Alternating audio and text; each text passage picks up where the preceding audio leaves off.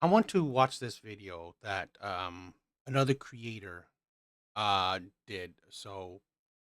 But before that, I want to say this that um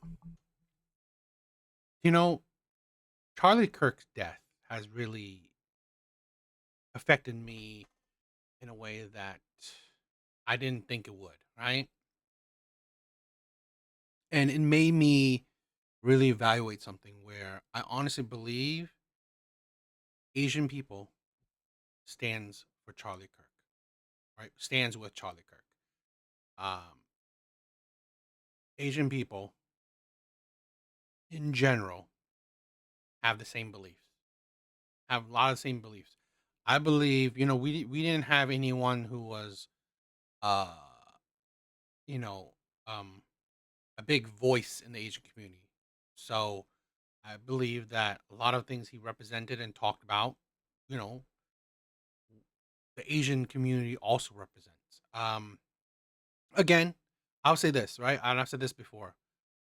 You shouldn't agree with anyone 100%, right? It is crazy. Don't. But again, a lot of things he value, it's within Asian, right? Is within Asian tradition, Asian beliefs. So what do I mean? Like he values family, being a moral person, being a good citizen, uh, accountability. Don't be a victim. Right? Work hard, work smart. Um, try to achieve greatness. Care for your family. Try to put your family first. Okay. Care about your children. Respect your elders. Respect others. That's rooted in Asian, communities, okay? All the things I said is very rooted in Asian community, right? The respect of your family, respect of your parents. We may not share the same religions or even if we are religious at all. We might share the same, certain kind of beliefs like, Middle East stuff, whatever. But a lot of core tenets that he shares, ideology that he, you know, uh, cares about and shares, it's Asian people share it. So, in my honesty, I believe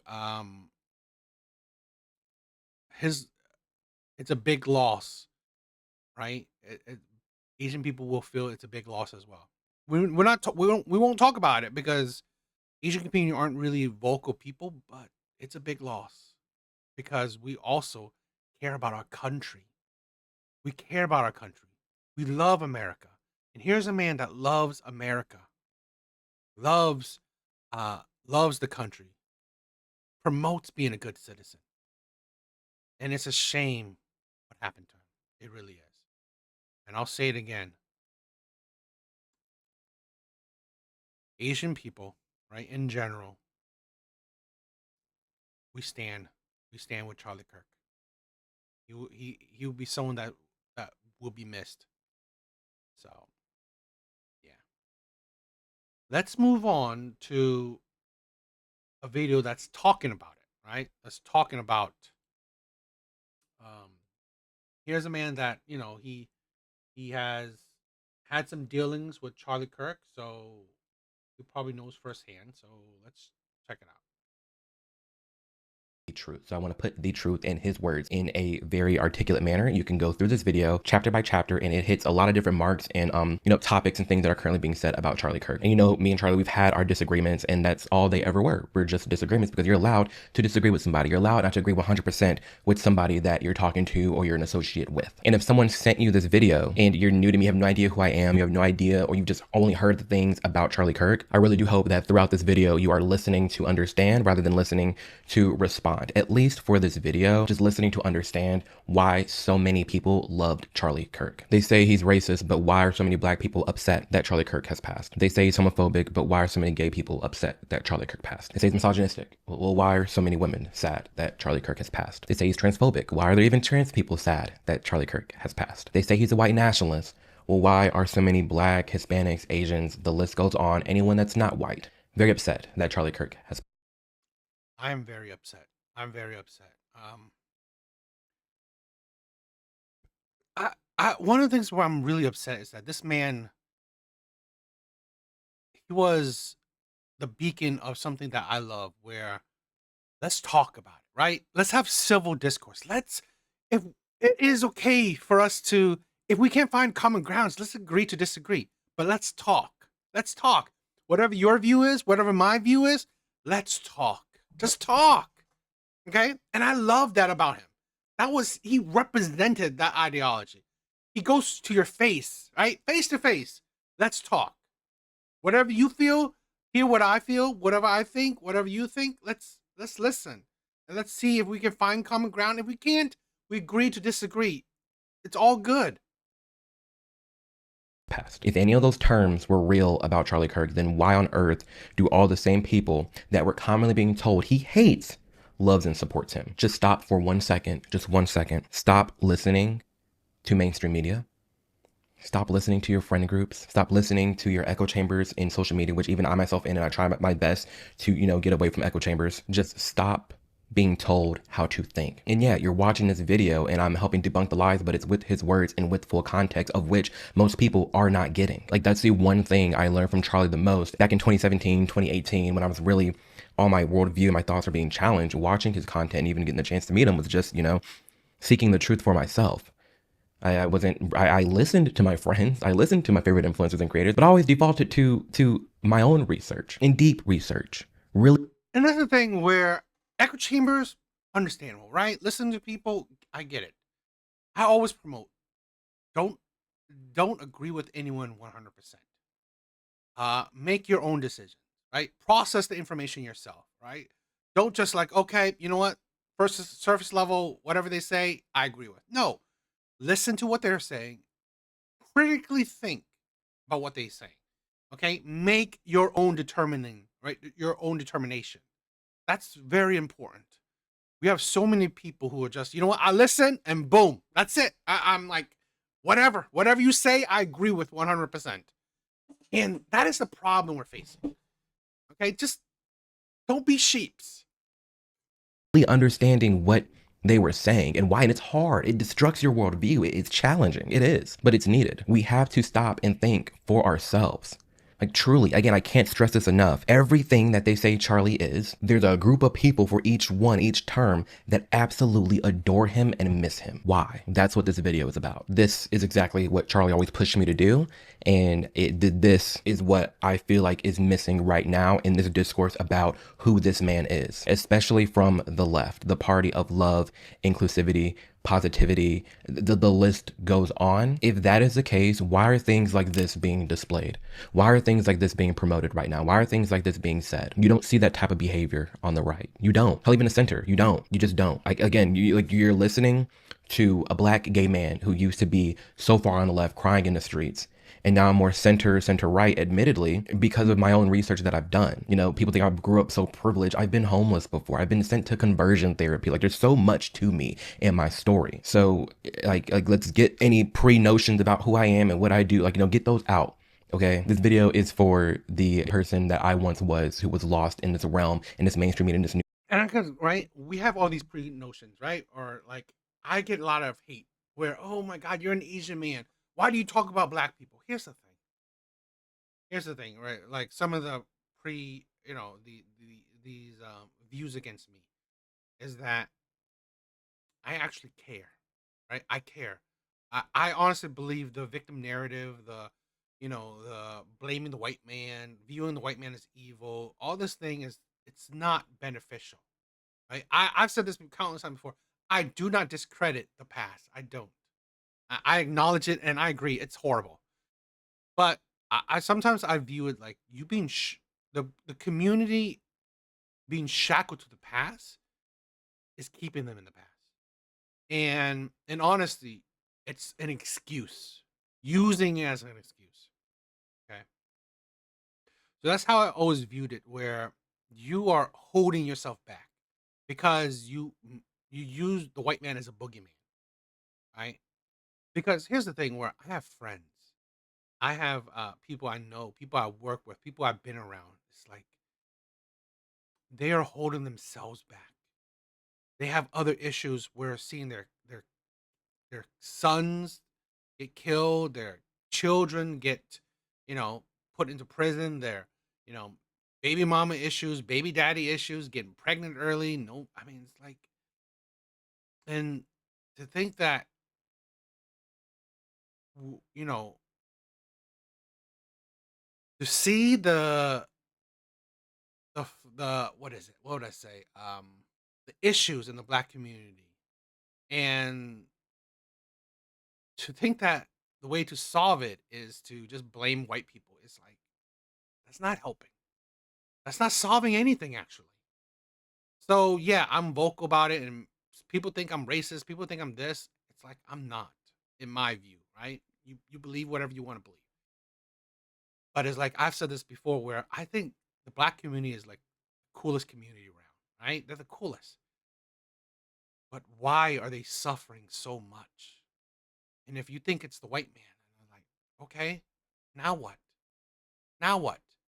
You know the white man is the problem, right? That's what you feel, right? You know white man is the boogeyman. Okay. Now what? What is your uh prognosis? What is your prescription? I really don't hear any. Oh, I don't know, make what is it? Like more rights? What rights? Everyone is, in my view, is like equal, right? At least in the rights department. Um And what? Different policing? I agree with that. I mean, I'll give you that. I've been critical of the police, and I do think that it needs reform, restructuring. So I don't disagree with that. But is that really, you know, making the black community worse? I don't know. I wouldn't say that. So News cycle, not knowing what to believe, where to go. That's jokes about Floyd. That I'm not saying that wasn't the case, but at this caliber, insanity. You know, we were hearing things like, where was this energy when the Democrat died in June? Okay, you're right. Where was this energy? Ever since Charlie Kirk died, you have had thousands of videos of people celebrating his death. You have teachers, like college teachers, professors, deans losing their jobs because they are promoting and applauding assassins. Yet the right didn't. now I will say this, right? The people who are getting fired, um, for celebrating and saying heinous things about Charlie Kirk, um, those are the consequences of their actions. Now, you may say, "Oh, Charlie Kirk, well, that's the consequences of his action." Here's the thing: the consequences of speaking, right, of talking, should never be death. Even for the people who hate on Charlie, I would never wish death upon them. Right? No one should. Right? No one on the right, no one on the far left should wish death or want death for anyone that may say hurtful things, may say hateful things. So there's levels to it. And we also gotta think, where if you work for yourself, you're gonna say what you're gonna say. I mean, what repercussions would that be, right? People don't follow you, it is what it is. But these are people who work for companies. They work for businesses. There is a what is it? Code of ethics. There you are representing the company. So guess what? Well, companies don't want you to represent them. So that is I think an adequate consequences for your action. Adequate is the point, right? Death should not be a adequate or equal consequence for talking. Have that energy when a Democrat died. One mainstream Republican, I believe, did or said some harsh things. But again, it wasn't to this caliber. It wasn't at this level of people making fun of someone's death, applauding someone's death, and just the thing that we're seeing right now doesn't reflect you or just the average person out there. Do not become the hate you claim to fight. Don't do it. Don't. As we go through this video, I want you to keep in mind some key things and just some things to have in the back of your head regarding who actively calls for and promotes political violence. I just don't even know why there aren't uprisings all over the country. Maybe there will be. People need to start taking to the streets. This is a dictator. You know, there needs to be unrest in the streets for as long as there's unrest in our lives. Enemies of the state. Show me where it says that protests are supposed to be polite and peaceful. Do something about your dad's immigration practices, you feckless. They go low, we kick. How do you resist the temptation to run up and wring her neck? Biggest terror threat in this country is white men, most of them radicalized right up to the right. I thought he should have punched him in the face. I said, even if you lost, he insulted your wife. Yes. He came down the escalator and called Mexicans rapists and murderers. He said, well, what do you think I should have done? I said, I think you should have punched him in the face and then gotten out of the race. You would have been a hero. We're only one third through this video. And that is absolutely disgusting. That shit like this is absolutely disgusting. And I said it, right? I saw a Charlie Kirk video of a guy, you know, talking about fascism. What are you? Do you know where you at in America? And then people are throwing the word Nazi, fascism. It's like, what the hell is wrong with you? And you got to think, right? The left constantly, Democrats constantly say these things. They say all these things to make you boil up, right? Make you emotional. So guess what? When a young, unstable man, okay, now thinks that, oh, this guy's terrible. This guy's a fascist, a Nazi. I want to be a hero. I want to be a hero. Especially, right? There was reports that him going through college, right? They said, oh yeah, his parents are Republicans. His parents are conservative. There were reports that his parents and him disagree a lot. They said that once he went to college, he'd been very radicalized, right? So who cares if his parents were Republicans? We know that during the whole when Trump got elected, plenty of people, right? They disowned or broke up relationships of all kinds, right? Parents, you would disown parents, disown kids. You would break up relationships, break up friendships. It's like you would disown, disown or break up relationship with your brothers, sisters, friends. It's like, so people do this, right? You can be one party and then the people around you a different party, which is, I even thought that was extreme, right? I thought that was too much. It's like so many young people and so many others, right? They're making politics their life. This is why I don't really talk too much about politics, because it gets really insane. It really does. And people get so extreme. This is the funny thing, right? I've said this before where I made a video, right? How I said Asian people support Trump's deportations of illegal immigrants. And I believe that. I got so many death threats. And I'm a nobody, right? I'm a nobody. But I got dozens upon dozens of death threats, right? Small following, very small following. But that video went viral, right? That video went viral. And I got so many death threats from it. And even towards my family. Seriously, so it's just, the political stuff is, people can go insane. Video, and I'm done playing it because it just keeps going on. All these news outlets, left wing, CNN, MSNBC, all these news pundits literally calling for violence. You know, words have meaning. You're calling someone, even myself, every day, get called racist, homophobic, transphobic, a bigot, Nazi. I've been called it all. Like you destroy the meanings of these words and you just throw them out nonstop. You really do. And when politicians do things like this, it boils my blood. Not even just politicians, but mainstream pundits and that's the thing where I've been called racist before too, and do you know what that word means? I have literally no one can prove to me that I've said racist things. I have people who say I said misogynistic things. Prove it to me. Prove it. I have a catalog of videos. Go ahead. Prove it to me. I mean, you could stitch a video. You can, remix a video. I think YouTube does that. Prove it. and political commentators. I've never, from a clear lens, you're like, oh shit, what is really going on? The quote that I'm going to pull up is from advocate.com, and the title is Reactions to Far-Right Activist Charlie Kirk's Death Pour In Across the Political World. And they have a section here from GLAAD, G-L-A-A-D. It's a LGBTQ rights nonprofit organization. Where it gets crazy to me is right here. GLAAD stressed the extent to which Kirk and Turning Point USA promoted anti-LGBTQ+ narratives. The group highlighted Turning Point College's campus campaigns featuring speakers such as Riley Gaines, Chloe Cole, and Pastor Jensen Yu, who regularly spoke against transgender people. You guys, Chloe Cole's trans. Chloe Cole was a trans minor that got a double mastectomy as a minor. and actively speaks out against transitioning minors so that they did not have to go through all the medical defects and mental turmoil that Chloe Cole is now going through because she was sent down the right to transition as a minor. I was medicalized starting with puberty blockers and then testosterone at the age of 13. I went on to have a double mastectomy at 15. You have GLAAD, this gay organization, calling Chloe Cole anti-trans people. They're literally, that's just one example, you guys. That's just one example. Again, I show all this and I'm saying all this because this is what Charlie inspired me to do. It's what he told me to do. And I'm very honored and very thankful for the interactions that I've had with him in the past. Truth matters.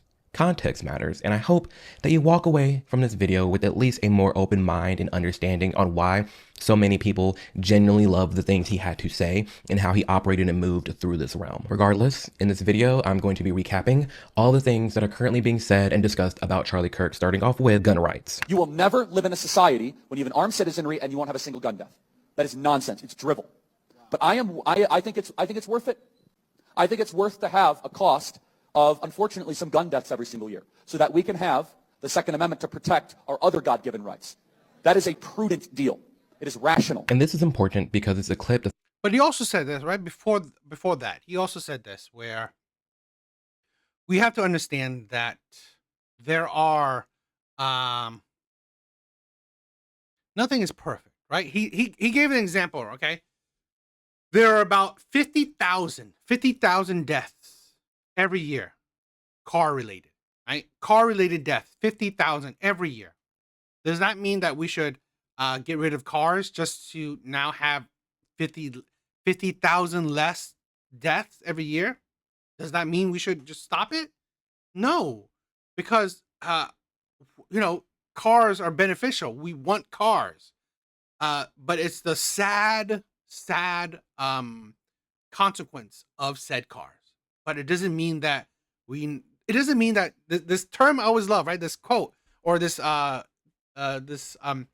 saying I always love, you don't throw the baby out with the bathwater, right? So you don't just get rid of everything just because you want to, let's say, eliminate car death.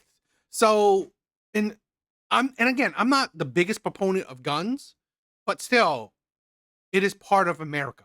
It's a part of America. So you don't just, okay, let's get rid of guns, right? So we can stop gun related death.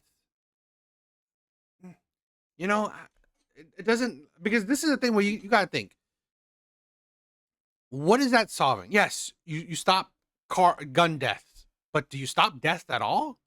I mean, in the UK, they were experiencing a high level of of stabbings, right?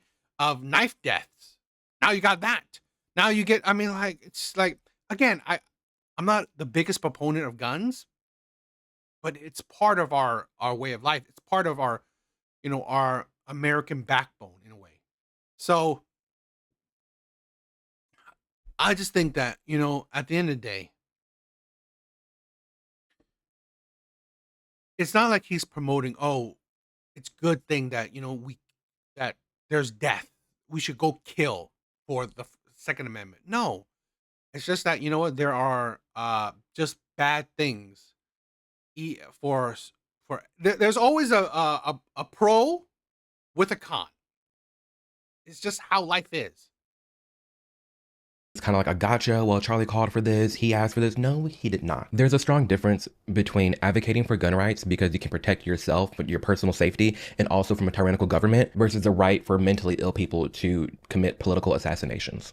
There's a major difference, and obviously there's some context that goes into that.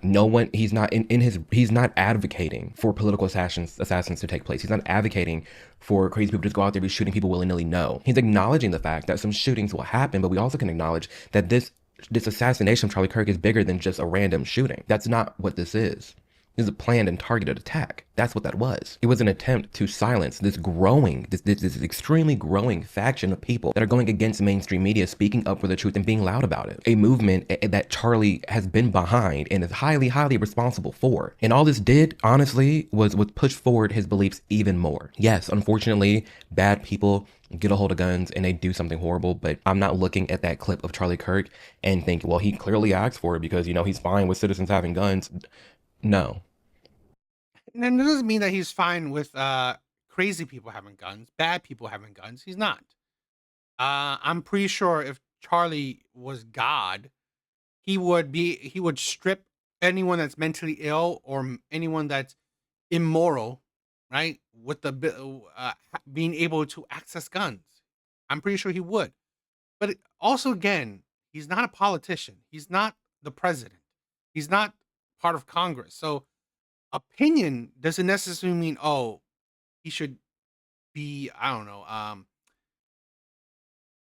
having thoughts about guns should, he get the consequences from a gun. No, right? He's not literally, okay, oh, let me pass everyone to have guns and then get killed by a gun. No. So again, man's opinion is a man's opinion. No, that's just not how that works. Empathy. Now, there's also a clip that's going around of Charlie Kirk talking about his opinions on the word empathy, and let's just hear what he has to say. The new communication strategy is not to do what Bill Clinton used to do, where he would say, I feel your pain. Instead, it is to say you're actually not in pain. So let's just very short clip. Bill Clinton in the 1990s, it was all about empathy and sympathy. I can't stand the word empathy, actually. I think empathy is a made-up New Age term that does a lot of damage, but it is very effective when it comes to politics. Sympathy I prefer more than empathy. That's a separate topic for a different time. Important at the end. Because here's the thing. You're not really in that person's shoes, right? This is the thing where we see this a lot. A woman can't necessarily be in a man's shoes to feel how he feels. Women don't. Women don't have empathy for men. So, that's just how it is. And sometimes men can't have empathy for women because you're not in their shoes, right? You don't know what they're feeling. You don't really know. You can sympathize with it, right? Have sympathy. And this is the thing where people completely take away the sympathy part, right? They don't quote the sympathy part, right? They don't quote the sympathy quote of it. They just talk about the empathy. Oh, empathy is new age. I don't believe in empathy. So, I'm not going to give this man empathy. Okay. So you're going to not give this man empathy. Fine. Are you going to give this man sympathy? Oh, no, not that too. So really, do you even follow his whole quote? No, you don't. And he says, sympathy is what I prefer more than the word empathy, because he feels like empathy is a word that's being taken advantage of. And it is. It is an overblown word.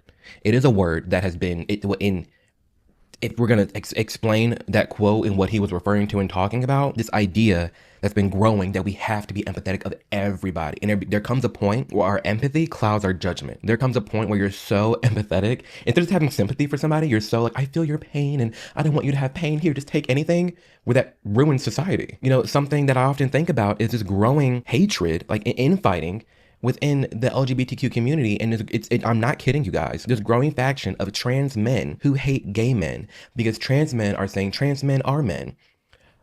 The only reason I'm gay, I'm sorry, all due respect to females out there, the only reason I'm gay is because I don't like women, like biological women. I don't like biological women. Trans men are biological women. Obviously, that's not going to work out. So you have some gay people like, you need to be empathetic towards these trans people and recognize them as a man that they are. We're different. And then people are like, well, that hurts their feelings. You're being transphobic. You're being a bigot. And it's being overused. It's being overused. Oh, well, we have to be empathetic towards Leah Thomas changing in the restroom and identifying as a female. Leah Thomas is walking into this women's locker room. I want to say something. I was talking to a gay man that I know, and I was like, and this guy looks good, right? He's a top, I would say he's a rare type of man in attraction level. But I was like, it's weird because why are you attracted to men? Because men in general is not attractive people, in my opinion, right? And it's like such a waste that you can get girls easily. Because women, again, it is dating statistics. Most men find most women attractive, while most women don't find most men attractive because I guess they're not. So I don't know why. I was like, why would you find men attractive? And he's like, to be honest, he said that he found both people attractive. So I was like, okay, I guess. I mean, but I just like can't. I mean, like, I'm not saying that like it's impossible to find a man that's good looking because I said he's a good looking man. But in general, most men are very average looking, very average looking. So they don't invoke any kind of attraction. So I don't know. I mean, even to say this man's attractive, I'm not saying that it's that kind of attraction. I no feelings whatsoever. So I can't. I don't really understand, right? But when I see a beautiful woman, my God, which it's a lot. I think there's a lot of beautiful women. It's just a different invoke. So I mean, maybe it's just something I never understand, right? Because I don't know. Uh, Again, I can't empathize, right? I can't empathize. Slanging that elephant trunk all around, making all the women, biological women, feel uncomfortable. But people are using the term, oh, you have to be empathetic towards Leah. Leah identifies as a female, she's a female. That word is being used in a negative manner. That's what all that was talking about. He appreciates and values the word sympathy. So people are taking this quote out of context and say, well, I don't have empathy for Charlie because Charlie doesn't like empathy. Look deeper. Stop listening to friend groups. Stop listening to tweets. Stop listening to TikToks. Like literally, just think deeper about these things, you guys. Think deeper. Think critical. And the truth will be revealed. I do think one thing is important is we need to critically think. We need to actually you know, do some critical thinking, right? Listen, if you want to listen to something, right? Listen to his quote, watch the video, and just really just sit there and process it. Process it. Hopefully you come to a reasonable, logical conclusion. Okay, not some emotional, wild, kind of crazy thought. Gay people. I'm a gay conservative, and I just want to ask you, what do you have to say for people like me who kind of feel like, I guess, it's kind of hard for gay conservatives because there's not a lot of us. So, like, what do you have to say to other gay people who need to realize, like, they do have a choice? Yeah, first of all, welcome to the conservative movement. I don't think you should introduce yourself just based on your sexual attractions. No, I agree. I like because that's not who you are. I like to be thought of as a person, and for sure, you are a complete human being, and I'm sure you treat people well, and you're studying something. So I want to get away with this idea that you're gay anything. I just think that we have gone a long way in the negative direction in this country, where we act as if the most important part of your identity is what you do in the bedroom. It doesn't mean that much to me, but if you ask from a perspective as a Christian, I don't agree with that lifestyle, but politics is about addition and multiplication. I imagine you agree with a lot of what we talk about. Absolutely. Right? Strong borders, strong country, and for that, we welcome you into the conservative movement. Thank you. That's who they call homophobic. Oh, well, he said he doesn't agree with that lifestyle and he doesn't like gay marriage. That's fine. You don't have to think 100% with me on board, and just because you don't like what gay people do doesn't mean I'm gonna write you off as a bigot, homophobic person and then like boom, just not gonna talk to you for the rest of my life. No. Do you have any idea how gay Turning Point is? With all due respect. You have any idea how many gay people is employed there? Any idea how many gay influencers have been on Turning Point's platform? Like, I can't comprehend this idea that he's this homophobic bigot just because he is very fond of his religion and he doesn't think two guys should be able to get married. There's a lot of people that think that. I personally think the government should just be out of marriage completely. But again, I'm not going to write somebody off just because they have one opinion. One opinion that may change. One opinion that we probably can reach a middle ground, like the government getting out of marriage. But very kind, very respectful, very opening to lots and lots of gay people out there. That was the Charlie I knew. Everybody knew. Like he was very nice and cool with lots of different gay people out there. It was not that big of a deal. Trans people. I just want to say I'm a transgender male. What age should kids be able to get things like hormone therapy? Because I don't know what's true, what's not. Tell me, are you comfortable telling me your story? I've known that since like 3rd grade, and I'm currently 19, almost 20. I've known basically since then. I didn't start going by like a different name until 7th and 8th grade. I just don't know, like, with the whole medical stuff, like what's true, what's not. I'm gonna let this person finish, but Charlie gets called a transphobic bigot. The crowds get called transphobic bigots. There's a trans person that went through that crowd, is asking a question. No one's heckling them. No one's harassing them. No one's beating them. Charlie's sitting there being super respectful, hearing them out. That's all he ever did, was hear people out. Like, he wasn't this radical person that was very mean and rude on campuses. No, he could get stern with people. He was matching energy, that's for sure. He matched energy. But this is who we're talking about as someone super transphobic. It's helpful because I've heard so many different opinions. First of all, thank you so much for that. Yeah, of course. So I'm going to have an opinion that very few people will ever tell you, which is I want you to be very cautious putting drugs into your system in the pursuit of changing your body. I instead encourage you to work on what's going on in your brain first. I think what you need first and foremost is just a diagnosis. Just someone that is going to listen to what you've gone through, listen to what else is going on. My prayer for you, and again, very few people will say this, I actually want to see you be comfortable in how you were born. Yeah. I know that you might not feel that way, but I think that is something that you can achieve.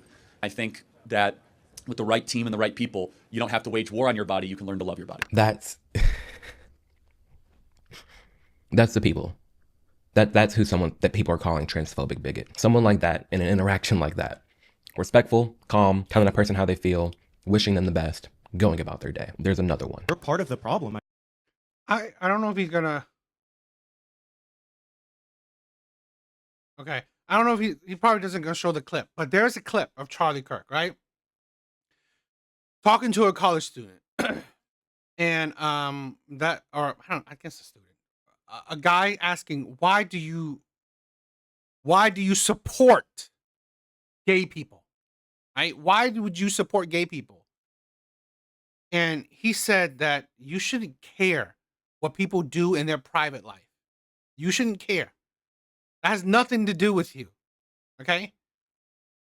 This is the thing that this man, I hate this thing where people are hating him for maybe like clips, out of context clips, or hating on him, never even listening to him, but other people hate him. So if this person you follow hates him, there's a high likelihood that you will hate him as well, because, well, you follow this people and you like these people, you respect these people, so, oh, if this person hates him, then he must be a terrible person, so I should hate him too. I think with the hatred on trans people, it's really not that deep. Like, if someone wants to dress up however they want, that's totally fine. Okay, so and I think I'm that's not where the preventing hatred you. I'm comes not preventing from. you from dressing up like this. However, like, let me ask you a question. I will go flush ahead, this go out. ahead. So let's pretend you say you are a woman. Yeah, and yeah, let's pretend. I know you are a man, but I refuse to call you a woman. Okay. Who's the hateful one? I would say you are. I mean, I wouldn't. So I you're wouldn't going to appreciate force it. me and I'm shame not me. forcing No, hold you on a to do second. anything, man. I'm the hateful one. It's really just like common courtesy. It is never it that much common effort? courtesy to lie. You do Okay. not become a thing just because you say it, you are the thing. So- And guess what? Nobody in the history of the species that was born XX or born XY and transitioned is able to change their chromosomes. Every Yeah. one of your cells is coded either XX or XY. But And that's it is an where- insult to women everywhere in this audience and across the country that's saying that you could just wear makeup and dress like a woman, undergo surgery, that you magically become a woman.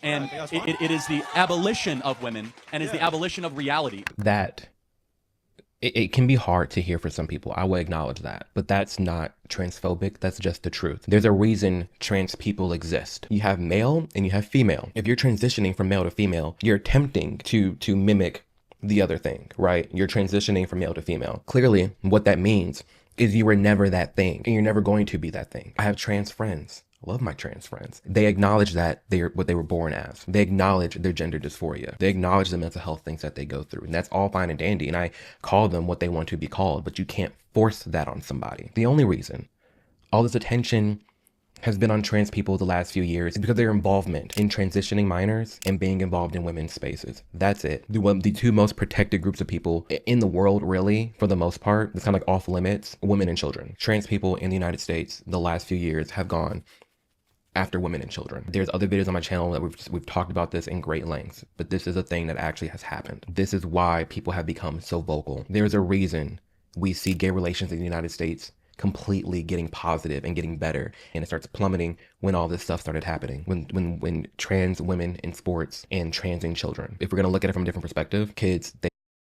This is the thing where controversial, right? Controversial take. I was born in the 80s, so I'm an 80s, 90s kid. Now, I have no data, right? There's no data on this, right? So I'm not pulling up some data for you to see. But like you said, right? He said gay relations, right? So people were okay with gay people, lesbians, whatever, right? They were okay with it, right? The relations were going up. The I'm fine with it, whatever, was going up. I also believe, controversial, I guess, that race relations were going up. I believe it, right? Because as the 90s, 80s, really, race wasn't, we weren't talking about race. Race wasn't always pulled up. It's like, like no one's blaming the white man. No one's hating the black man. Right? That shit wasn't talked about. So, I don't know. I mean, I think that things weren't I think things were on the trajectory. trajectory of improving, of getting better every year, every decade. Things were getting better, in my honest opinion. So, just like what he's probably saying is like how now things are just like I don't know, 360 or 180 or whatever. It's totally flipped on its head. Where like, you know, alphabet, gay relations, all that stuff is worse, and race relationship is worse too. It's like, I don't know. They can't drink, they can't vote, they can't smoke. They're kids. They're not grown enough. So this thought and idea that you can give a 14-year-old a double mastectomy, and before you say, oh, it doesn't happen, Chloe Cole, it does happen. Before you say it doesn't happen or that's wrong, these are things actively going on. I have all the books. When I'm talking about book bans, I have all the books in my closet. I've read them all, the LGBTQ books that have been banned.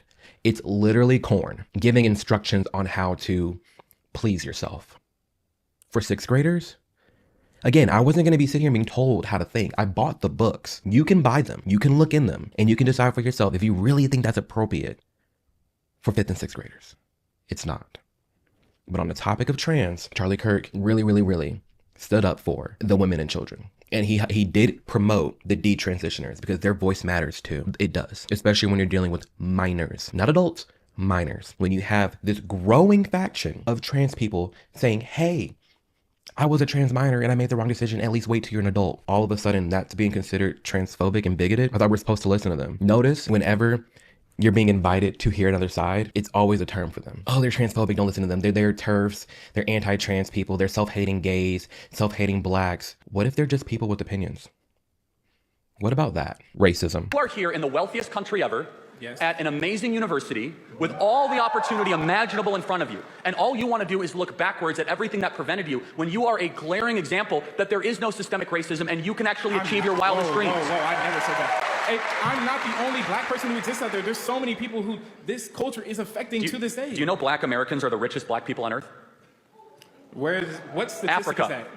Okay, I need you to pull that up right now. You can. Black Americans per capita on average. Can you pull that up? I'm hosting an event right now. I don't know what to tell you. But anyone can fact check me on this. So you cannot find a black majority country or any country where black people have significant representation where they are as wealthy. Because even the poorest people in America are in the top 5%, the top 2% of wealth around the world. And so my whole belief is stop acting like you're a victim and start making better choices. That's not racism. I am my ancestors' dream. That's what this is the thing why I love Charlie Kirk, right? Especially when he talks about this. I don't view him as racist. I view him as he wants better for the black community. Holding on to the past, which again, I've said this, I don't discredit the past. I agree. The past is ugly. But holding on to it, being shackled to the past, that is what holding the black community back. It's what holding the black, because here's the thing. The black community, what I see, again, I'm not saying I understand. Maybe I'm wrong.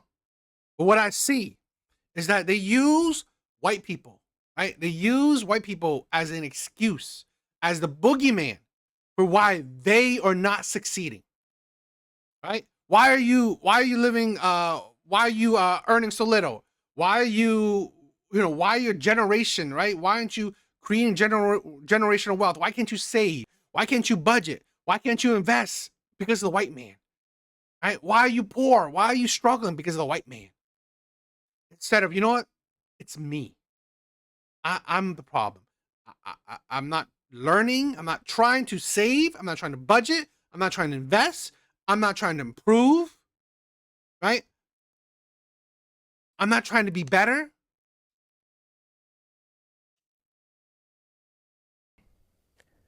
I'm in the deep South, Tennessee, I don't know, 40, 60 feet, probably above tons of my ancestors that were slaves hundreds of years ago, living their dream right now. I am my grandfather's dream, who could not speak openly like this, who actually dealt with the Jim Crow laws, who actually dealt with real racism. I'm afforded every opportunity any white person is in this country right now.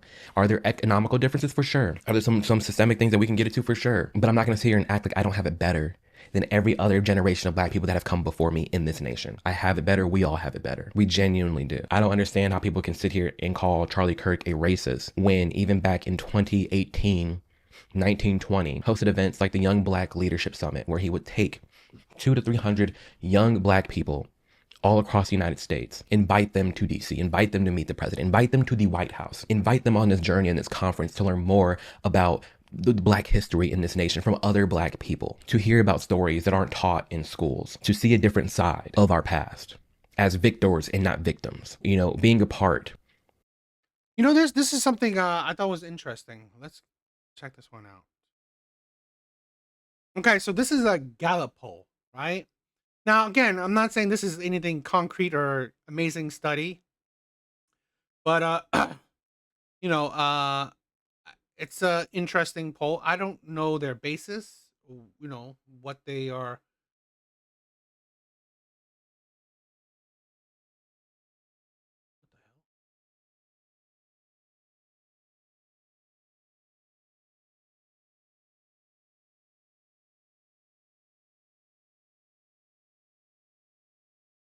Okay, so I don't know. So just I'm just reading some. We'd like to know how you would rate relations between various groups in the United States these days. Would you say relations between white and black people are very good, somewhat bad, very bad? Okay. It was to 2001 to 2025. Okay.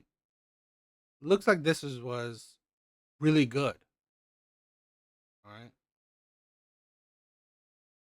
During these times, right? Early.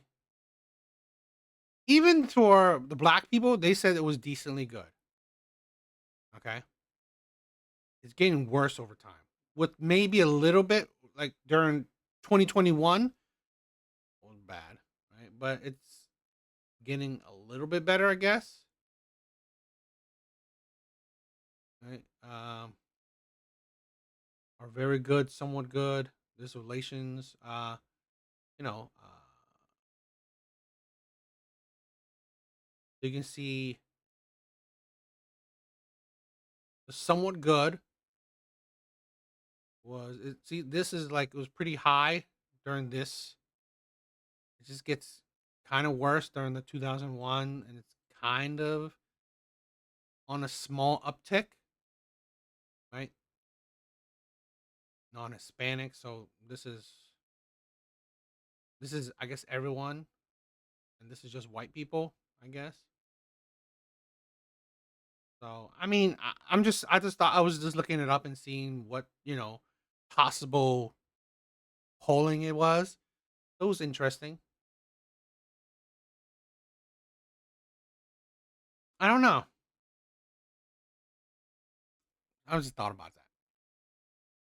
Of founding organizations like Blexit, where they are active in a ton of different states, in a ton of low-income black neighborhoods, giving young black kids mentors, school supplies, rides, field trips, events, block parties, that man. But people just want to say, oh, he was racist because he said this one thing. That's not how this works. You're allowed to have an opinion. You're allowed to say things. And also, you as a person watching this video, you're allowed to fact check everything for yourself. You're allowed to think. You see that? Creating groups to help the black community. Creating an organization to help the black community. Deeper and think critical about the things that are being said. That's okay for you to do.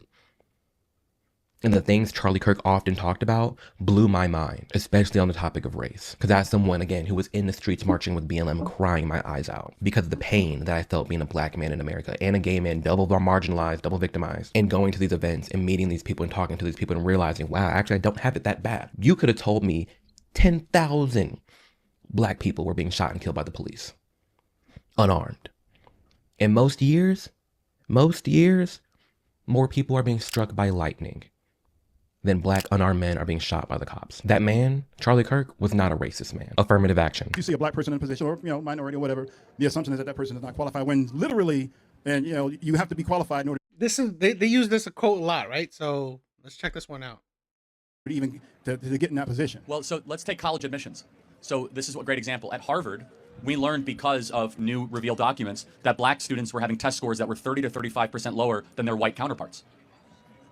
Okay. And so, therefore, if you saw a black kid at Harvard, it's a fact that they were not having the same test standards as their white counterparts. Still doesn't matter. The kid has to get through. He's got to get through the classes, do the tests, do all the research. Well, they actually drop out at a greater rate too. But the point being is just the idea that they were there. Number one, took a spot from an otherwise qualified individual that might be white, and they were not there on the same merits. So what we want is the same rules for everybody. You're making the assumption that they're not qualified in order to get in. In order to even get there, It's not the assumption. considered. It's the data. So, for example, it's literally at Harvard, you had kids with perfect SAT scores, perfect ACT scores that were white. So that makes a degree from Harvard worthless then.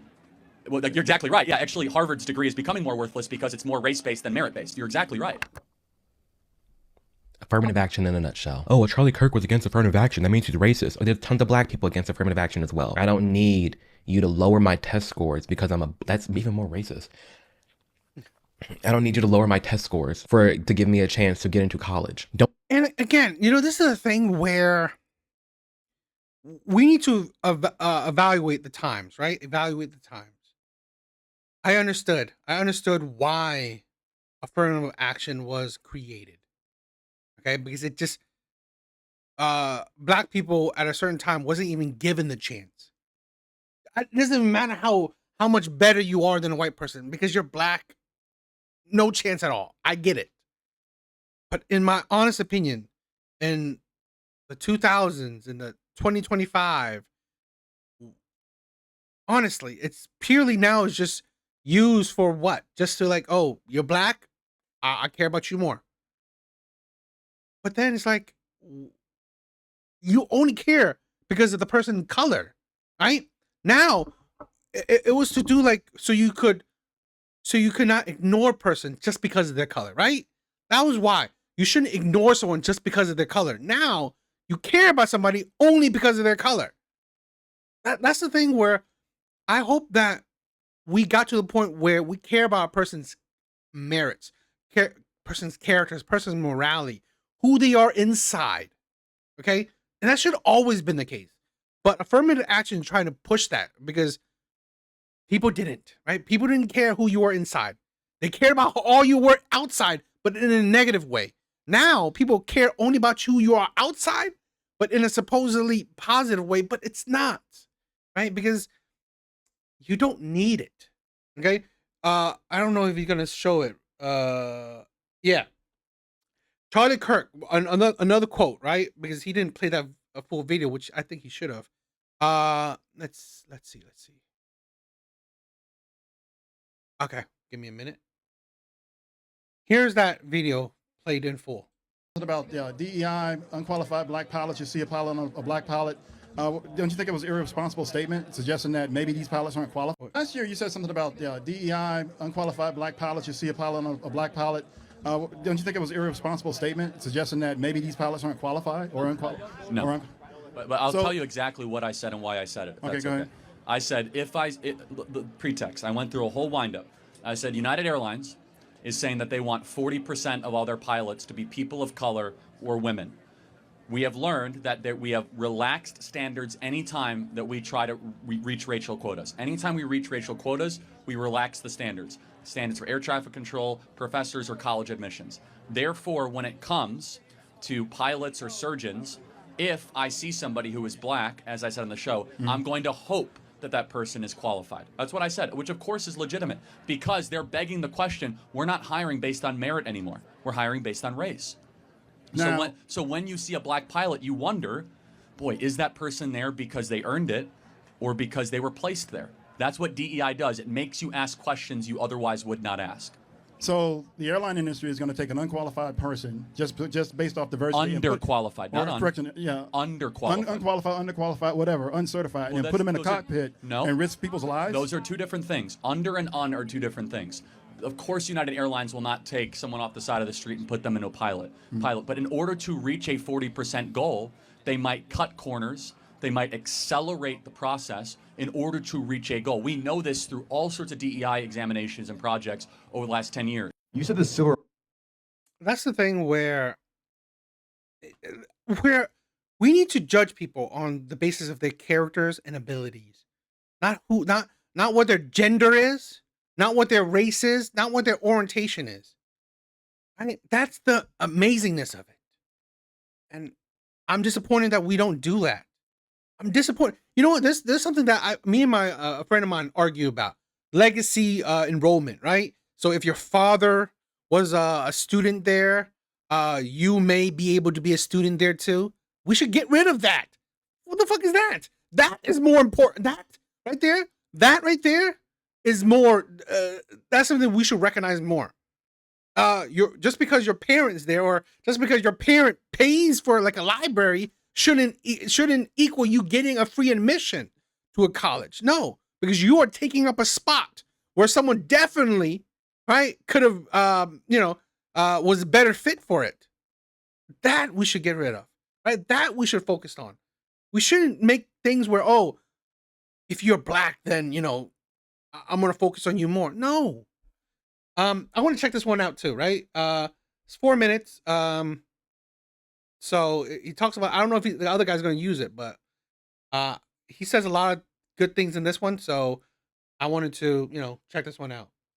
Civil Rights Act was a mistake. What do you mean by that? Yeah, so the parts of the Civil Rights Act were great, but the way it's now being implemented to force men in female bathrooms to push forward of the trans agenda, the intent of the Civil Rights Act is way beyond what it was originally authored for. But the intent specifically originally was to Well, that's interesting. So the intent and the law are two different things. So the intent was noble, which was to say that no American can be not allowed into a place of business based on the color of their skin or their ethnic heritage. Totally agreement with that. That's not what the law only did. It created a...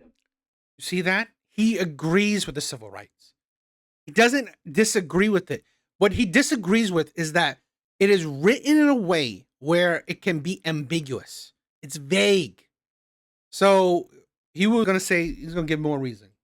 Massive anti-racist DEI army that then gave us affirmative action. For example, recently Merrick Garland sued using the Civil Rights Act, saying that we cannot have voter ID in certain states because it's a violation of the Civil Rights Act. So basically what the Civil Rights Act did is that it went beyond disparate impact and then went to disparate effect. In the sense where if black Americans are not doing as well as white Americans in a certain category, you can now use the Civil Rights Act and say that's a violation. That's the thing where, again, see, that's where a lot of things, it shows that he's not necessarily, he wasn't against the reasoning or necessary outcomes of, let's say, the Civil Rights Act. He was against now the weaponization of it. Okay? Now you want to use that for, let's say, including women, including, in certain things, whatever, right? Or including, gay people in certain things. It was meant for race, right? It was meant for, people of the minority, people, black people, to have equal rights, which I believe it's done. Now it's used to, do whatever, things that they want it to be done, right?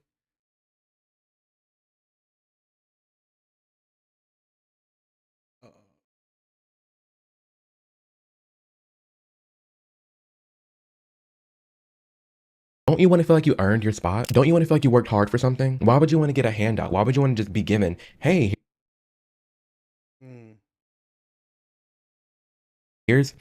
hey, you black, we're going to enter into Harvard because you got a D. Even though these white people are getting A's, I know you're not capable of getting an A, and we need more blacks at our college. So we're just going to go ahead and accept you in even though you have D's. Do you not find that disrespectful? Do you, if you're a black person watching this and you're studying super hard and you get into Harvard, don't you want to feel like you got into Harvard because of all the work you've been putting in and not just the color of your skin? That's why a lot of people are against affirmative action. They don't want these handouts. They don't like that this is the thing. You're making the assumption, no, it's actually real stuff that has been going on. Real stuff, you guys. That is okay to call out. It is. So before people go shout from the rooftops, oh my gosh, this is horrible, this is racist. It's not. It's actually racist in reverse. I think some of these affirmative action things being put in place is actually racist. Critical race theory. Okay, y'all can laugh, but until you have walked as a black person on this campus, y'all truly don't understand. CJ, come here. Really quick. I have a question. Come here. Go right there. Okay.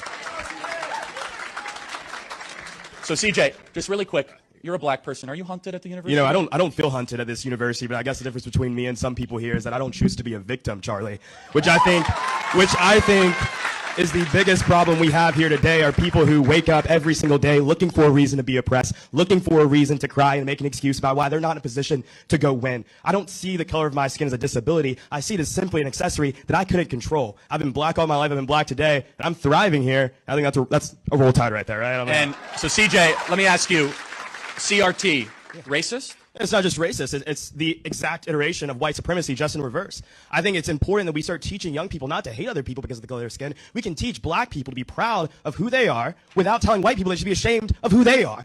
You know? Amen. Yeah. So, closing thought, CJ. Is this trying to divide the country? It's not only trying to divide the country, it's trying to break apart the foundation upon which it was built. You know, people forget the words of MLK, Rosa Parks, all those people who fought so hard for us to be united country, where we didn't see the color of one's skin, but their character. This is about taking us away from the vision and the dream of Martin Luther King and just taking us to the dream of Kamala Harris, and I don't want to live that dream. Amen. CJ, you're a great American. Give it up for CJ, everybody. So good. That is my friend CJ Pearson. Shout out to CJ. Incredible video. That sums up really well how Charlie Kirk and a lot of other people felt about critical race theory. And it's fun. It's interesting, you know, that black girl that started off the video. You know, if you were black on this campus, you would see how we really feel. We have to stop speaking on behalf of everybody. We do. Because that quick, there's another black person, another student at that university in that audience that said, I'm having a different experience than you. I love it here. I'm thriving here. Mindset matters a lot, you guys. And on the topic of critical race theory, we're allowed to teach black history. We're allowed to, it's American history. We're allowed to teach those things. I never understood this concept of critical race theory, focusing on race and Black History Month. No, we don't need it. Just incorporate a Black American and Black history into our nation's history and teach it all year round. I don't need a separate month to celebrate my race. I actually think it's racist to reduce my lineage and my family's American history to 1 month. It's just American history. And we can talk about it, we can teach about it without teaching black people to be victims, or that they're owed something from white people and have white people feel bad for being white because of what happened in the past. It's the past. I don't have to feel bad about it because things have changed. Again, in my ancestors' dream, I'm afforded every right they wish they had. They can't even fathom the life I'm living right now. They can't. So on the topic of critical race theory and using that to call Charlie racist, kind reminder, there are tons of black people who are against critical race theory too. So you're gonna sit here in front of my face and all these other black people's face and call them all racist and they're race traitors and they hate themselves? Or you're gonna have a critical mind. You're gonna think hard about this and really think, damn, what are some other perspectives on critical race theory that must not be hearing? What do other black people have to say about critical race theory? What was Charlie Kirk really saying about critical race theory? What was so hateful that people think, but then also so many other black people loved? Look into it. Illegal immigration. I don't like your t-shirt. I'm an immigrant. I don't understand why you would want to deport some of my friends and family who have been working hard in this country. What's your name, sir? I'm Claudio, sir. Yeah, Claudio. And this is just a thought exercise, but it's very revealing. You are king. And you find out that there are 30 million uninvited people in your country. What do you do with them? I try to find the most humane way of sending them back to our country. But first of all, I want to say... That's what we're doing. Wait, that's what we're doing. So what country did you emigrate from? Are you going to like discriminate against me? No, I'm going to do the opposite, actually. I'm Mexican. But you came here legally, correct? I did. You followed the rules. The people that you know didn't follow the rules. True. So I divide America not into Hispanic and white, into rule follower and rule breaker. Yeah. And so when someone breaks our rules, there must be justice done. And the most humane way is you go back to your country of origin. Some of my boys, like, they're being like persecuted, like back home, them and their families, like, they're like in like drug related, like, wars and violence, and the only way out is if they escape and they break the American law, but that's the only way they're going to survive. If that is correct, we have a special asylum status that they could seek legally at a port of entry, that they could go through a whole process. Yeah, but if they're being persecuted, wouldn't it be justified to cut the line? No. If we all of a sudden say that if you have a lot of gang violence and issues, I mean, like, we have a lot of gang violence and issues. Like, what are we talking about here? True. You have to draw the line. If your plane is going down, what do they tell you to do first? You put your mask on first. It's the same way as a country. We need to put our own oxygen mask on first, and then we can worry about helping other people. That's it. It's that simple. And I said this in my my viral video that got me a lot of hate. Asian people support the deportation of illegal immigrants. When you have done it the right way, when you have spent thousands of dollars, waited years, right? I know some people who waited like 5 years and still waiting. Spent thousands of dollars. Okay? And then to have someone else, let's say, jump the line. Are you kidding me? No. If you jump the line, you get caught. Well, back at the end of the line, you go. Again, they're not killing people. They're deporting people, right? Back to your country. You want to get back in line? Go for it. But you are deported. Okay? Asian people love the country. We love America. We love America. Okay? We work hard to get to America, and we're still working hard in America. So it is the insanity that if you jump the line, it's okay. There's no consequences for jump the line. Well, there are, and sadly, well, you're suffering from it. So we support it. Just get back in line, right? Back in the line you go. It's okay. That shit happens. I've seen Asian people get deported too. Okay, well, sucks for them. It happens. Okay? Now you just got to go back in line, right? Now you just go back in line. Now you have to go through the whole process. But plenty of Asian people, right, did it the right way, did it the legal way, and it will be, why would they want you to take a place because you jumped the line of someone else who's waiting in line? Plus, here's the thing, right? Shit happens. If you work around the system, you work around the system. But again, if you get caught, there are consequences to it. Okay? It's not like, it's honestly proportional, right? You are an illegal immigrant. You get caught, you get deported. It's very proportional, right? It's not like you are an illegal immigrant, you immigrated somewhere and you got killed for it. No one's advocating for that. It's kind of proportional consequences. It's nothing race related. It's literally rule breakers and rule followers. We're talking about a man who threw Latino retreats, you guys. We're talking about someone that promoted so many different races and ethnicities, including Hispanics. Again, like the guy brought up, he said, okay, well, isn't it justified for them to cut the line because of how much heartbreak and all the things they're going through in Mexico? No. Because if that was the case, we take in the whole world. There's so much corruption in this world, you guys. Yeah, I mean, nowhere, it's like, there isn't anywhere that is amazing like that, right? And you gotta think, that's never gonna fix your country. That doesn't help nobody. What is it? I forgot, man. What country was it? Venezuela? Is it Venezuela? No, not Venezuela.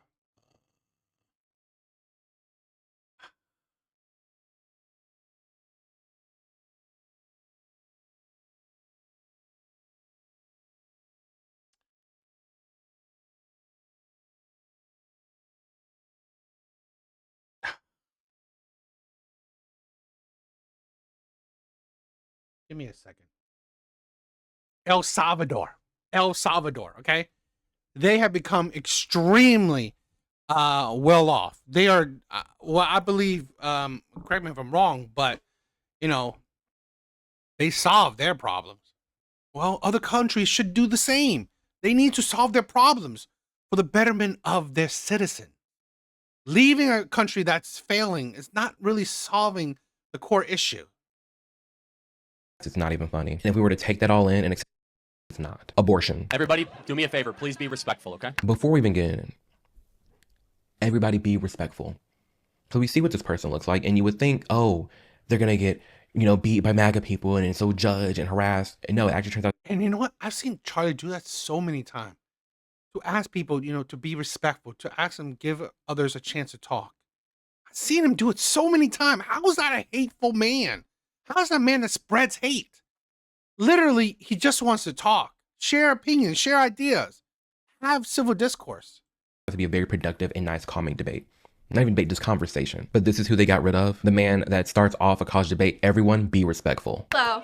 So I have a few leading questions before my main one. Because I have to be honest, I don't really know that much about you. So would you say that you're very... I love this interaction so much because I applaud this woman that instead of going to her friend groups, she went to Charlie. She saw this event, stood in line at that event, and waited to ask a question because she wanted to go right to the source. And that's the thing. All these people that hated him didn't have the guts, the balls to have a face-to-face conversation with this man. And you were able to do it, right? This man wasn't untouchable, which is the reason why that shit happened to him, right? That's the thing where he wasn't the president, right? If you had a disagreement with him, you can do it face-to-face. All these colleges were open, right? You could go walk onto this campus, as dangerous as it is, and you see how that happened. You could walk onto these campuses and have a face-to-face conversation with this man. He wanted it. He promoted it. Amazing. Very religious. I am religious. However, every one of my political positions is defensible from a non-religious perspective. Okay, great. So I was under the impression that your beliefs on abortion were stemming from your religious beliefs. Well, at the core, that is correct, but I can get that it is defensible from using reason and prudence, as I have done the last couple Cool. of. So you're not trying to illegalize abortion based on the Bible. Well, no, not based on the Bible. My personal conviction comes from the Bible. I want to Mm-hmm. make abortion illegal because it is the only applicable extension of laws we already and standards we already have in the West. Correct. I'm sorry, can you maybe rephrase that? Eliminating abortion is mhm. the only logical step while we apply the standard we already have in this country to unborn life. So we have murder laws. Yes. Therefore, murder laws should apply to unborn life as it does to born life. Okay. So again, reiterating, you're not trying to instate laws based on Christian beliefs because that would be unconstitutional, right? Well, not again, sort of, but no, I am not using scripture to defend my beliefs. However, my personal convictions start with scripture, but the political views that we're talking about here are all defensible using reason and Western tradition. 2 points to this, because abortion argument isn't always about religion or God. There's a lot of agnostic people and atheist people who also do not like abortion for this very simple reason that nothing's consistent. You can have a pregnant woman driving to the abortion clinic to get rid of a baby and it's fine. Now, let me say my own view, right? I lean on it a bit because people have convinced me otherwise, but I'm essentially pro-choice. I always feel like, accountability. You want to do this, whatever fucking happens to you, right? Like sometimes the women get, depressed or whatever. Well, okay, fine. That's what happened to you, right? Like for me, it's like, I'm not as, I don't know, what is it? Angelic as these things are. It's like, that's why I don't shy away from pro-death or pro-death penalty. Like, well, fine, kill the person, right? If the person did these crimes, right? Go ahead. Because I'm not religious myself, so my viewpoints aren't based on religion. It's really, my viewpoint is more based on logic and accountability and just, not being hypocrites. So why I'm pro-choice is that, at the end of the day, you want to fuck up your life, you fuck up your life. You want to do, you want to, I know that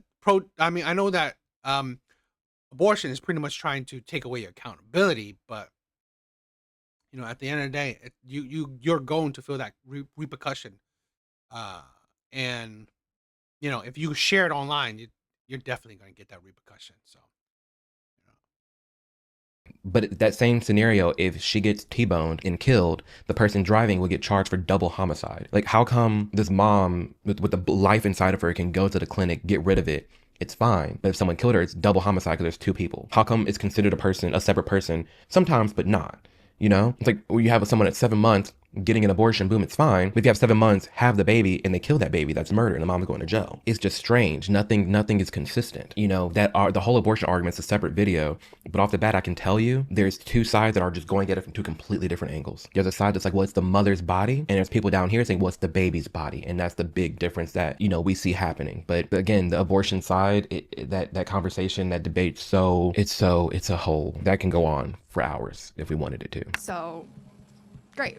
That's all I needed to know, that you weren't trying to instate laws based on Christian beliefs, because I would not be able to support anything that was so blatantly unconstitutional. But thank you for clarifying that for me.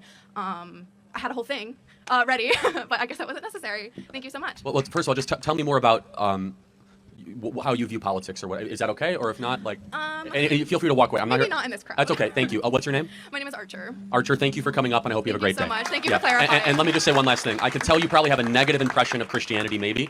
I hope one day we can earn back your support to making Jesus Christ your Lord and Savior. I'm sorry if the church has failed you in that way, because I do have strong religious convictions and beliefs, and there is a God who made you and loves you, and he sent his son to die for you. Her name is Mom. Okay, well, thank you. I do appreciate the candor and the courage to come up here, but we will pray for you. Thank you. Okay. Thank you, Archer. Super nice. Like, that is so wholesome. It really is. And on this topic of abortion, like I said before, there's so much debate around it. But just because you have someone like Charlie Kirk that is very against abortion, let's just go into it for what it is. It's a separate life. People bring up how he said, he would be against abortion and people should give birth if they're pregnant. they need to go full term. That's something that I even disagree with Kirk on. But at the end of the day, he's allowed to have that opinion, and doesn't deserve to be assassinated for that opinion. Why Charlie debates? I go around universities and have challenging conversations, and because that's what is so important to our country, is to find our disagreements respectfully, because when people stop talking, that's when violence happens. I've never seen someone do this. Well, it's a growing trend because people like me are facing violence, assaults, the left. Yes, the campus Antifa. I've been stormed out of restaurants. I've been assaulted publicly, multiple death threats. Okay, so what's your goal in this? There's more people that agree with me than some people would actually believe, and they come out of the woodwork when I do stuff like this. We record all of it so that we put on the internet so people can see these ideas collide. When people stop talking, that's when you get violence. That's when civil war happens, because you start to think the other side is so evil and they lose their humanity. That is why I do what I do. That's why Charlie did what he did. That's why Candace does what she does. That's why Brett Cooper does what she does. And this is the thing where one of the things I love Charlie Kirk for that, right? Is that let's talk. I was having a conversation with my friend. It's like I believe that's one thing that we're missing so much. Just civil discourse. Let's talk. You disagree with me? Cool. Let's talk it out. I want to create more call-in shows. If you disagree with me, cool. Let's talk. Let's have a conversation. I'm down with it. Let's have a let's have a respectful civil discourse. Let's do it. And I think that's important. We shouldn't be wanting to kill each other. We shouldn't be wanting to hate on each other. We shouldn't want violence against each other. There's so many Amala, like, there's all these content creators. It's why we do what we do. Specifically, the political, cultural commentators who are very, very loud, about similar topics that Charlie would oftentimes talk about. Because it's important to share your voice. It's important to share your beliefs and have rational and calm conversations. Heavily important. And it is, sadly, the left that causes a lot of destruction and harm and threats. I've talked about in length my journey from the left to the right. When I was on the left, I had all my friends on the right, and they always talked to me. They always had conversations with me, and that's all it was, and we were still friends. When I made my way over to the center right, all my friends on the left kicked me to the curb, called me all the names, called me all the slurs, called me self-hating black, self-hating gay, wrote me off, kicked me out of friend groups. When I think about all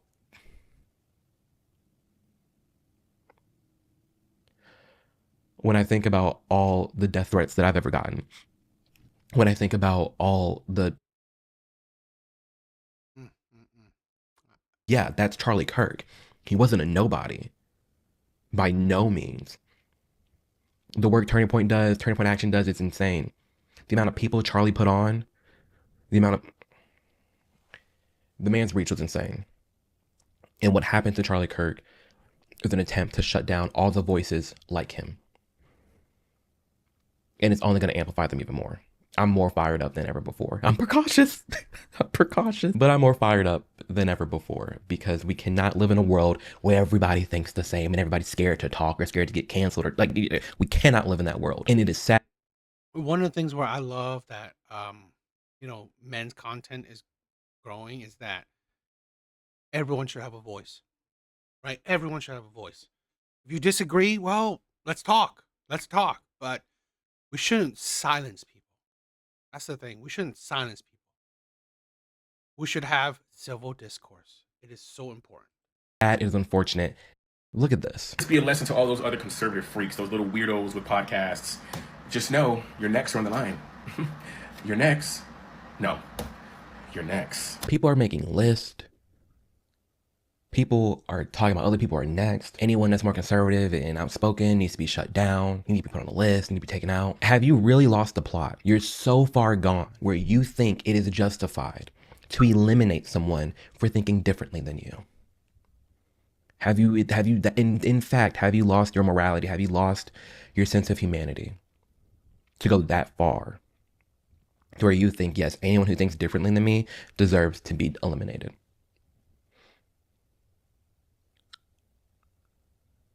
Like, I've seen some people's true colors the past few days. We all have. And I don't want any... I've seen so many videos, right? TikToks of people. It's like so disgusting. Laughing, smiling, having a great time of this man. You know, this is the thing where you don't have to be sad for this man. You don't. You don't have to agree with him. No one's asking even for sympathy. But it's like, do you have no respect for human life? Aren't you the party that says that talks about that shit? Yet you show how little respect you have for human life. Particularly, you said, "Oh, you're next." Part of that. I don't. So far, I've seen videos of just the left being pro-unaliving political opponents, whether that be Trump, J.D. Vance, people celebrating what happened to Charlie Kirk today. It's just disgusting behavior. The fact that I have been a part of the left for 7 years, I never thought we'd get to the point where I would have to look at my own party and be like, oh, hold on, I can't support you anymore because everything that you are doing right now is against your political viewpoints and your values and beliefs. To sit here and promote gun violence against your opponents is wrong.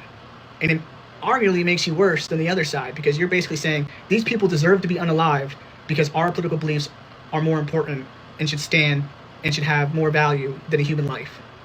Ooh.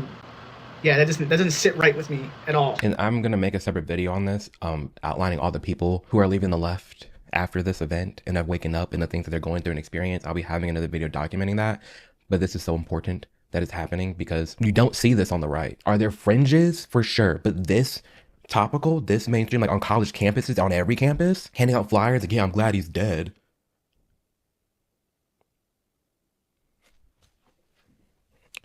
I don't understand it.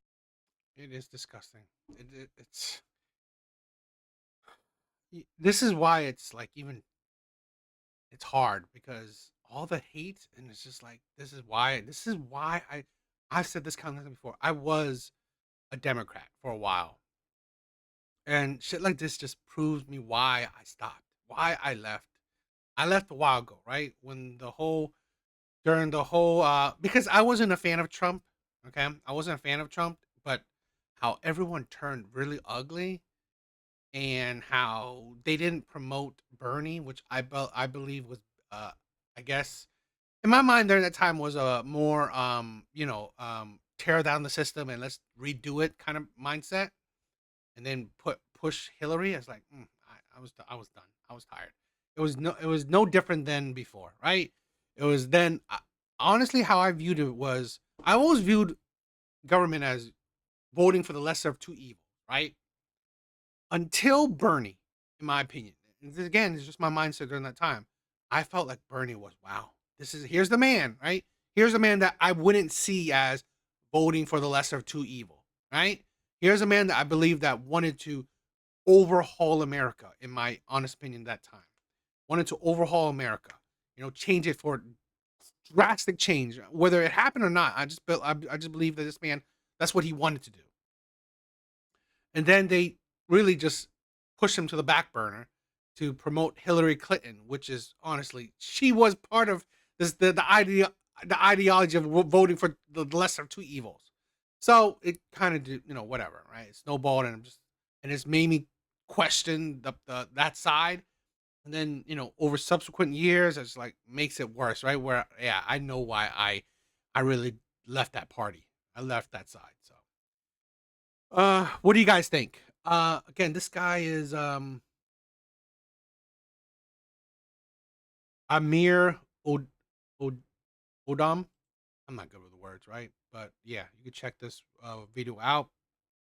Decent creed. I've seen a couple of videos of him before, so very good.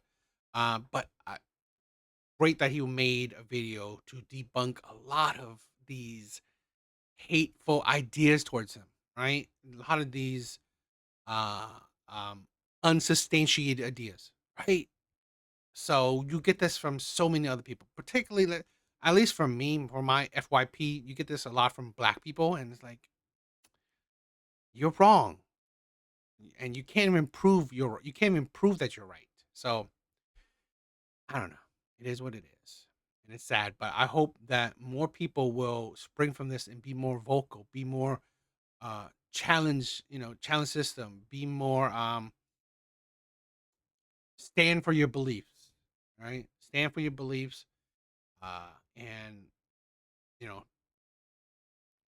I don't know if it's gonna happen, but hopefully, you know, more people like Charlie Kirk will spring up, right, to fight for what they believe in, to, you know, try to have an open dialogue with your opponents. So, what do you guys think? All right, later, guys.